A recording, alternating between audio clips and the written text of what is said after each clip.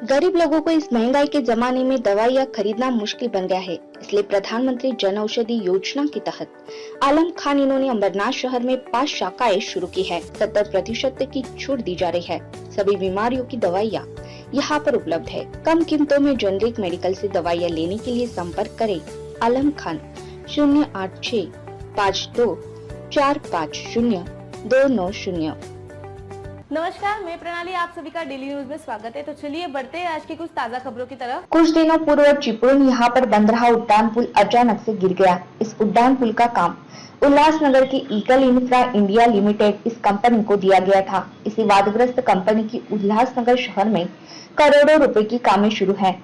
वे काम जल्द से जल्द रद्द करे, ऐसी मांग महाराष्ट्र नवनिर्माण सेना के ठाणे जिला अध्यक्ष अविनाश जाधव इन्होंने उल्लासनगर महानगर पालिका आयुक्त इनसे की है। इसके साथ ही मनसे ने उल्लासनगर महानगर पालिका को 7 दिनों का अल्टीमेटम दिया है। इसके बाद आंदोलन का इशारा दिया है। आज श्री अविनाश जाधव महाराष्ट्र नवनिर्माण सेनेचे नेते आहेत, तर ते त्यांच्या सहकाऱ्यांसह या ठिकाणी आलेले होते। यापूर्वी त्यांनी महापालिकेला एक पत्र दिलेलं आहे। आपण अमृत योजनेअंतर्गत जी ड्रेनेज स्कीम्स राबवत आहोत आपल्या शहरामध्ये, तर त्यास त्यांनी आक्षेप घेतलेला आहे। त्यांचं म्हणणं आहे की चिपळूण येथे एक ईगल कंपनी जी आहे त्यांच्यामार्फत एक ब्रिज बांधला जात होता आणि त्याचं काम निकृष्ट होतं आणि तो मध्ये कोसळलेला आहे आणि त्यामुळे तो इथं सुद्धा त्याला कॉन्ट्रॅक्ट देऊ नये अशा प्रकारची त्यांची मागणी आहे। त्याबाबत मी त्यांच्याशी चर्चा केली। ॲक्च्युली त्यांचं मागं पत्र आल्यानंतर आम्ही सदर ठेकेदाराला आमच्याकडे इथं बोलवलेलं होतं। त्या पत्राचा संदर्भ देऊन एक संयुक्त बैठक घेतलेली होती आणि त्याच्यामध्ये आम्ही त्यांना सक्त सूचनाही दिलेल्या होत्या की कामामध्ये कोणत्याही प्रकारचं क्वालिटीमध्ये कॉम्प्रोमाइज होता कामा नये, चांगल्या प्रकारचं मटेरियल वापरणं, चांगलं काम करणं आणि त्याचं योग्य तो मॉनिटरिंग त्याच्यावरती ठेवणं गरजेचं आहे, अशा प्रकारच्या आम्ही त्यांना समक्ष सूचना दिलेल्या होत्या। त्यानंतर माझे जे अधिकारी कर्मचारी आहेत त्यांचीसुद्धा मी त्यावरती नेमणूक केलेली आहे। त्यासाठी एक स्वतंत्र डेप्युटी इंजिनियरची त्यावरती नेमणूक केलेली आहे। प्लस काही इतर जे ज्युनियर इंजिनियर वगैरे आहेत त्यांनासुद्धा आम्ही तिथं नेमणूक केलेली आहे। तसंच आमचे जे कन्सल्टंट आहे त्यांनासुद्धा मी त्याचं मॉनिटरिंग वाढवायची सूचना दिलेली आहे। त्याप्रमाणे ह्या सर्व स्तरावरती त्याचं मॉनिटरिंग केलं जात आहे। म्हणजे जो मटेरियल वापरण्यात येतो आहे त्याची क्वालिटी, त्याचा दर्जा, त्याच्यानंतर जे कामाचं एक्झिक्युशन केलं जात आहे त्यावरती त्यांची पूर्ण निगराणी आहे। त्याचं दैनंदिन त्याचे रेकॉर्ड्स आमच्याकडे ठेवले जात आहेत। त्यामुळं आम्ही ही जी सगळी कॉन्ट्रॅक्टर नेमणुकीची जी प्रक्रिया होती ती टेंडर प्रक्रियेद्वारे करण्यात आलेली होती आणि त्यामध्ये त्यांचं टेंडर आलेलं होतं आणि त्याप्रमाणे त्यांची नेमणूक केलेली आहे। हे मी श्री अविनाश जाधव आणि त्यांच्या कार्यकर्त्यांना सांगितलेलं आहे आणि त्यांना जी पूर्ण प्रोसिजर आहे ती सांगितलेली आहे। प्लस आम्ही जे दक्षता त्या ठिकाणी घेत आहोत ते आम्ही त्यांना अवगत केलेलं आहे। शुक्रवारपर्यंत जर ठेका रद्द झाला तर त्यांची आंदोलनाची नाही, मी त्यांना आपली सगळी प्रोसिजर त्यांना सांगितलेली आहे की त्याची नेमणूक कशी झालेली आहे आणि प्लस त्यांनी काही मुद्दे उपस्थित केलेले होते की यापूर्वीसुद्धा त्यांना ब्लॅकलिस्टिंग केलेलं आहे वगैरे असं त्यांचं म्हणणं होतं।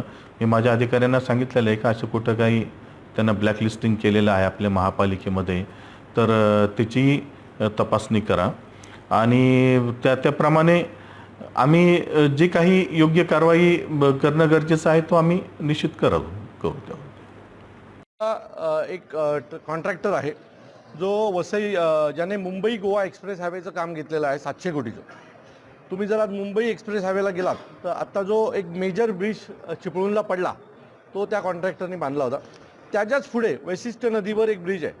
आम्ही ज्या वेळेला दौऱ्यावर गेलो होतो, आता मी आदरणीय बाळा नांदगावकर, संदीप देशपांडे, त्याला तिथल्या स्थानिक लोकांनी आमची गाडी थांबवून आम्हाला एक ब्रिज दाखवला। त्या ब्रिजवरची आत्ताची परिस्थिती ही अशी आहे। अतिशय वाईट दर्जाचं काम या ईगल कन्स्ट्रक्शनने कोकणामध्ये केलेलं आहे। आणि आज कोकणामध्ये जर तुम्ही गेलात तर अनेक ॲक्सिडेंटमध्ये अनेक लोकांचा जीव गेला आहे. या कॉन्ट्रॅक्टरला मुंबई आणि उल्हासनगरमध्ये अनेक मोठे मोठे कॉन्ट्रॅक्ट दिले. त्यातला एक 416 कोटीचं कॉन्ट्रॅक्ट हे त्याला उल्हासनगरमध्ये दिलेलं आहे. मी आयुक्तांना आज विनंती केलेली आहे की 8-10 दिवसापूर्वीच त्याला वर्क ऑर्डर दिलेली आहे, तर ते काम तात्काळ रद्द करावं. एखादा माणूस ज्यावेळेला आपल्याला कळतं की हा चुकीचं काम करतोय, तो अशा माणसाला आपण आपल्या शहरातले 400 कोटीचं काम द्यावं का, याचा विचार आयुक्तांनी एकदा करावा अशी मी त्यांना विनंती केली आहे. याच्या आधी देखील उल्हासनगरमध्ये या इगल कन्स्ट्रक्शनने वेगवेगळ्या नावांवर, म्हणजे इगल नावावर नाही तर वेगवेगळ्या नावांवर कामं केलेली आहेत. एका कामात त्याला तो ज्या कंपनीवर काम करत होता त्या कंपनीला ब्लॅकलिस्ट केलेलं आहे. त्याच्यानंतर एक पाण्याचं टेंडर जे एका कंपनीला लागलेलं तिथे देखील त्यांनी सब कॉन्ट्रॅक्ट केलं होतं. त्याही कामाची त्यांनी वाट लावलेली आहे. आता हे 450-400 कोटीचं काम त्या माणसाला देऊ नयेत, कारण जर एवढ्या कामांची वाट लावल्याच्या नंतर आपण पुन्हा त्याला तेच काम देतोय. सो मला असं वाटतं की हा उल्हासनगरकरांच्या पैशाशी खेळ आहे. आयुक्तांना आज मी सांगितलेलं आहे की गुरुवारपर्यंत तुम्ही ते टेंडर प्रोसेसिंग रद्द करण्याची जी काय प्रक्रिया आहे ती करा, नाहीतर शुक्रवारपासून आमची मुलं महाराष्ट्र सैनिक रस्त्यावर उतरून हे काम बंद करतील. सोमवारपर्यंत याच्यात कुठलाही निर्णय आला नाही तर सोमवारी मी स्वतः आयुक्तांच्या केबिनमध्ये येऊन धरणं आंदोलन करीन. अविनाशदा, एक तो प्रश्न असा आहे की शहरामध्ये आता कार्यकारिणी बरखास्त आहे.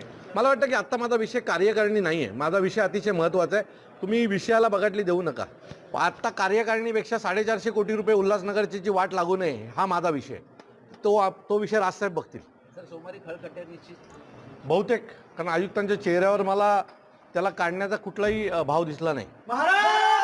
आज के लिए बस इतना ही। कल फिर मिलेंगे इसी समय इसी चैनल पर। तब तक के लिए मुझे दीजिए इजाजत। धन्यवाद।